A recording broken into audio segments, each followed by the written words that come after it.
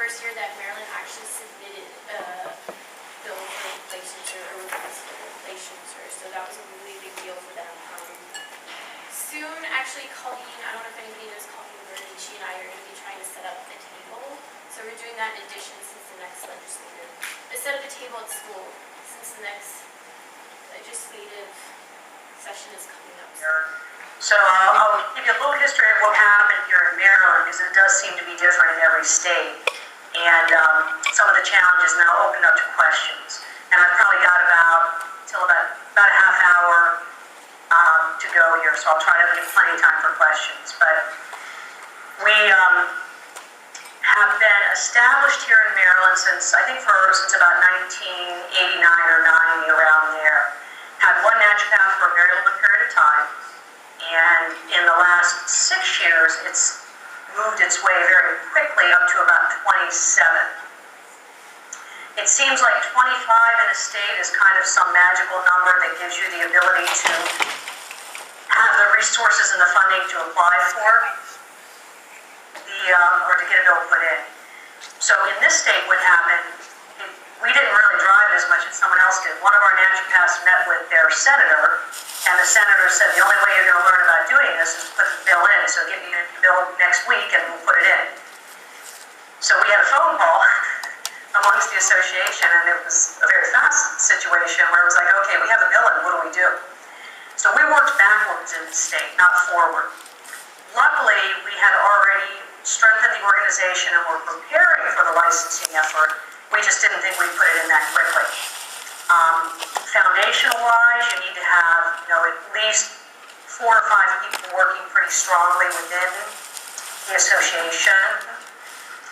And the types of things you're going to need to think about is a website so that people have a way to access things, a place for people to donate, a place for people to understand that you are a legitimate organization and to educate them. Foundational-wise, obviously you need a state association, which I believe most of the states have associations now. And sorry about that, I'm trying to hold this up with one hand. So having your state association set up. Fundraising, you're going to have to pay for a lobbyist. I highly recommend a lobbyist. Some people try to do it without. To me, I don't think that's a very wise idea. Lobbyists are lobbyists for a reason, and they will save you a lot of time and pain. And obviously getting your patients behind you. You're going to have letters written. You need to have senators and congressmen called. And it depends. In this state, they call it the Congress, and there's the senators and delegates in the Congress. Not every state there's local people Congress, so you'll learn this about your individual state. What states do we have represented? Where's everybody from? We have one other Maryland person. We have Louisiana. We have New York, Florida. Where? South Carolina. Georgia. Okay. Illinois. Okay. I think New York, South Carolina have pretty strong groups that have been working on licensure, especially in New York, for some time. So there's a great deal of established people there. Maybe you've been in touch, but I'd highly recommend getting in touch with them and just getting on their email list. And, if you can become a student member, we usually make it pretty inexpensive. Good to have more members. The more people you have, the better it looks when you speak to your senator or delegates. So some of the challenges that we faced in this state, when you put a bill in, so first of all, you have to write a bill. The good news for you now is that the Alliance, is everyone familiar with the Alliance through the association, AANP? Yes. Yes, no? Yes. Okay. So the Alliance is a foundation within the Association or American Association of Naturopathic Physicians. They are putting together all of the information from all the states, including what is the best bill to put in, what type of literature do you need to hand out and turn in. They're saving everybody a lot of time. And we've really, really spent time organizing it this year. And there have been, I think Michelle, I cannot remember her last name, has been a power horse for us. And she's just about to get another state license for us as well. So there's a lot more resources available to you now. Some of the groundwork, the foundational work will be pretty easy.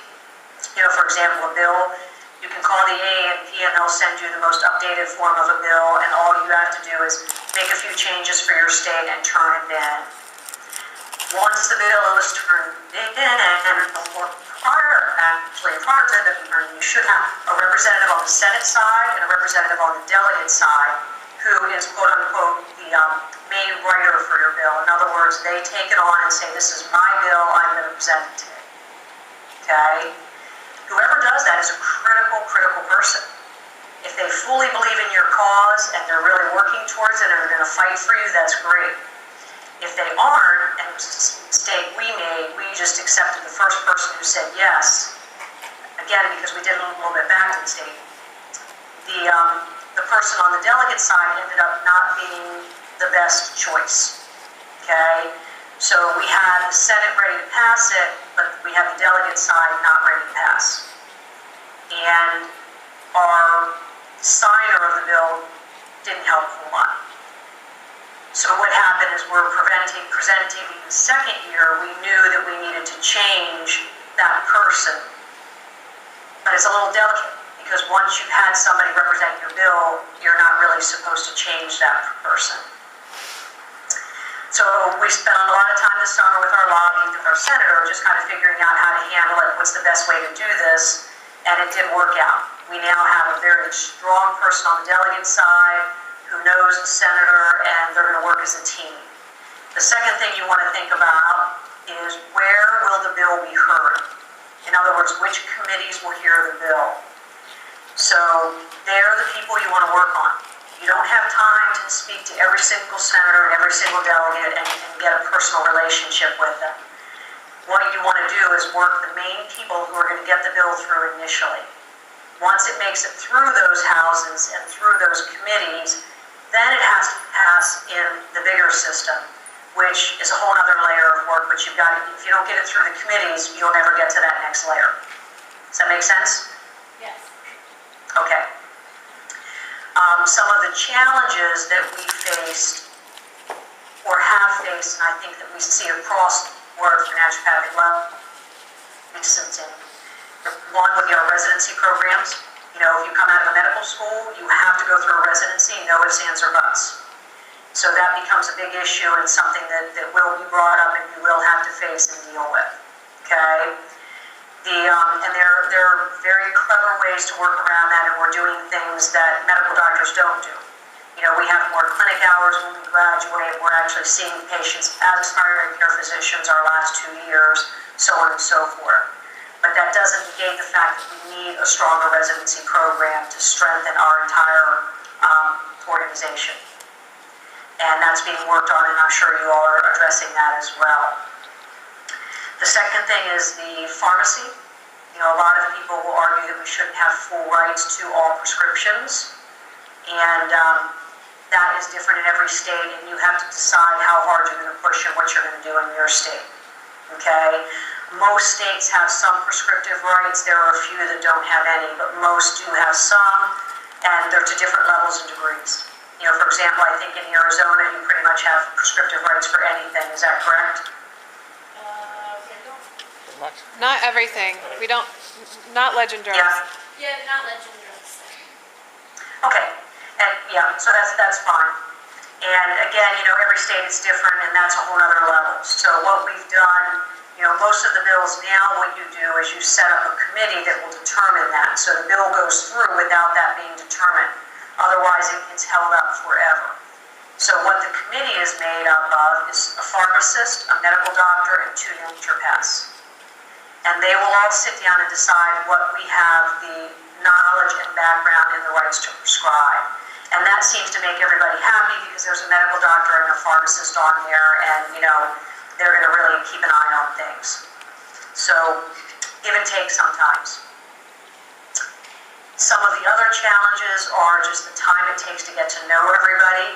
There are various associations and boards in every state, and you never know who's going to show up with a problem, and say, oh, this bill does this bill doesn't do that. And it's your benefit to speak with as many of them as you can and to get the bill to them before somebody else does. So in other words, let's say, for example, your chiropractic association. Call whoever's the head of it, the president, talk to them, let them know you've put a bill in, and send them a copy of the bill and say, we would like your input. Okay? You're not doing it before you put the bill in. You're not asking for their input prior. You're saying, we want to know if you have any problems with this bill. And if you do, please let us know now. That it gets cleared up before you get into a hearing in the Senate or the House. The more people speaking against you, obviously, the harder it is to pass the bill. The more work you've done to get people to agree with it, and the more letters you've had written, the better off everybody is. The other really most powerful thing, because, the American Medical Association is, again, going to be one of the stronger people against us, or not against us, let me not say that, against having any additional licensing of physicians other than themselves, okay? What they like to see are letters from doc in their state saying, we've worked with these people, they know what they're doing, and we support this licensure bill. So as soon as you move into a state, start talking to your docs, the conventional docs, get to know them, share patients with them, let them know who you are and what you're doing, and then when the bill comes through, they're going to be the ones that are willing to write those letters.